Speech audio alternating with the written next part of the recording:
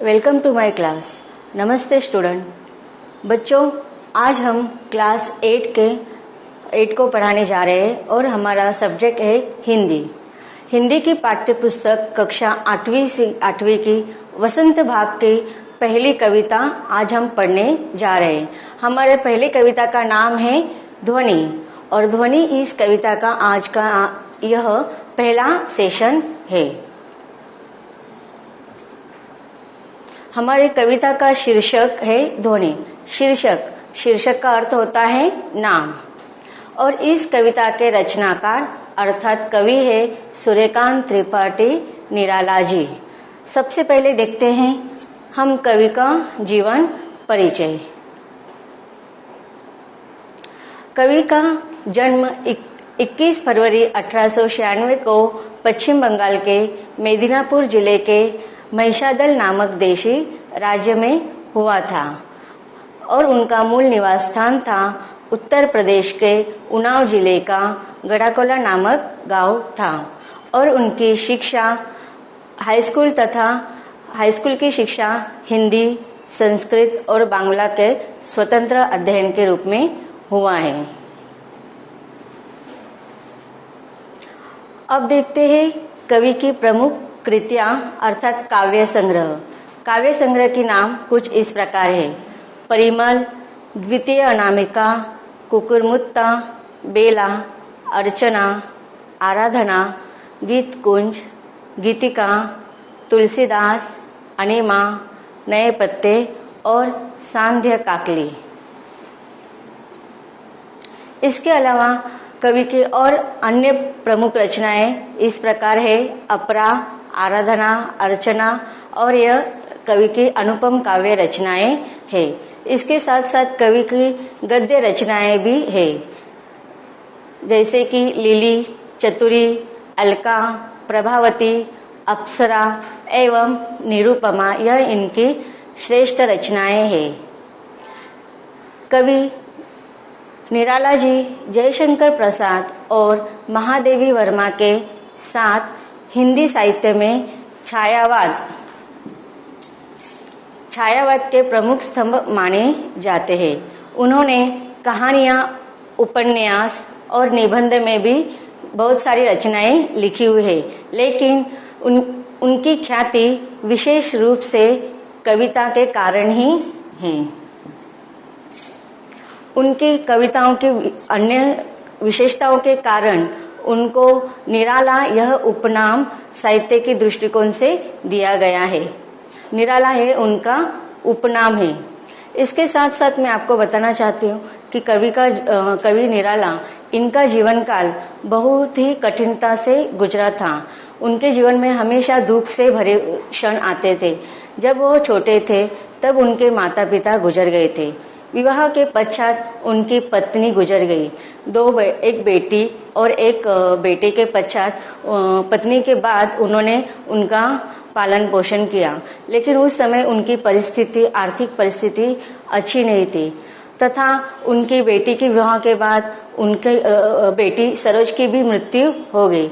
और कवि की विशेषता देखो, अपनी प्रिय बेटी सरोज के मृत्यु के पश्चात वह जहाँ पर उसका देहांत हुआ था उसी जगह पर बैठकर उन्होंने सरोज स्मृति जैसे काव्य को लिखा।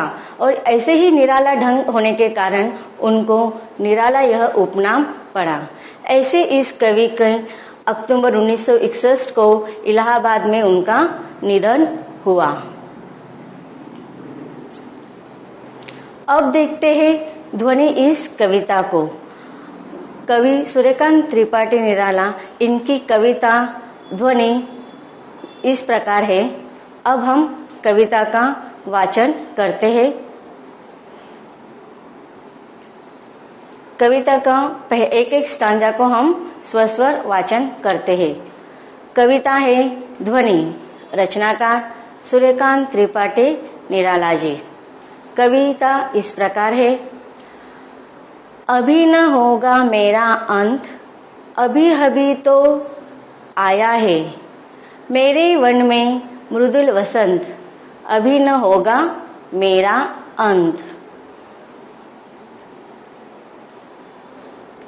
हरे हरे ए पात, डालियां कलियां कोमल गात, मैं ही अपना स्वप्न मृदुल कर फेरूंगा निद्रित कलियों पर, जगा एक प्रत्युष मनोहर। पुष्प पुष्प से तंद्रा लस, लालसा खींच लूंगा मैं, पुष्प पुष्प से तंद्रा लस, लालसा खींच लूंगा मैं, अपने नव जीवन का अमृत सहर्ष सींच दूंगा मैं, द्वार दिखा दूंगा फिर उनको, हे मेरे वे जहां अनंत, अभी न होगा मेरा अंत। देखो ध्वनि इस कविता में कवि सूर्यकांत त्रिपाठी निराला इन्होंने प्रकृति का मानवीयकरण किया है, अर्थात प्रकृति को जिस मानवीयकरण मतलब निसर्ग का या प्रकृति का एक मानव जैसे व्यवहार करते हैं उसके रूप से तादात्म्य में रखते हुए उसका वर्णन करना। तो यहाँ पर कवि की कल्पना दिखाई देती है कि किस प्रकार जिस वसंत ऋतु आने के बाद किस प्रकार वातावरण में बदलाव हो जाता है। कि कवि यहाँ पर कहना चाहते हैं कि अभी मेरा अंत नहीं होगा, अभी मेरा अंत हो ही नहीं सकता है, क्योंकि अभी तो मेरे जीवन में वसंत आ गया। देखो कवि के काव्य के प्रसिद्धि के कारण कुछ आलोचक ऐसा मानने लगे थे कि अभी निराला जी इनके कविताओं का अंत होने वाला है, लेकिन कवि उनका प्रखर रूप से तीखे शब्दों में प्रहार करते हुए इस कविता को लिखा है और इस कविता के माध्यम से उन आलोचकों का कवि ने मुंह बंद कर दिया। और कवि उनको कहते हैं, समस्त संसार को कहना चाहते हैं कि कभी मेरा अंत नहीं हो सकता, अभी तो मेरी शुरुआत हो गई है, मेरी जीवन की शुरुआत अभी हो गई है। यहाँ पर कवि ने जो नव युवक है, जो निद्रालस्य में अर्थात निद्रा में मग्न होने वाले नव युवकों को जगाते हुए उनको आशा का संदेश देते हुए उनको जागरूक कराने की कोशिश कर रहे हैं। तो इस कविता में कवि ने यही बताना चाहा है कि जिस प्रकार पतझड़ के बाद वसंत ऋतु आता है और सारे सौंदर्य को सारे संसार को बदलाव में परिवर्तन कर देता है। समाज में परिवर्तन यह समाज का नियम है।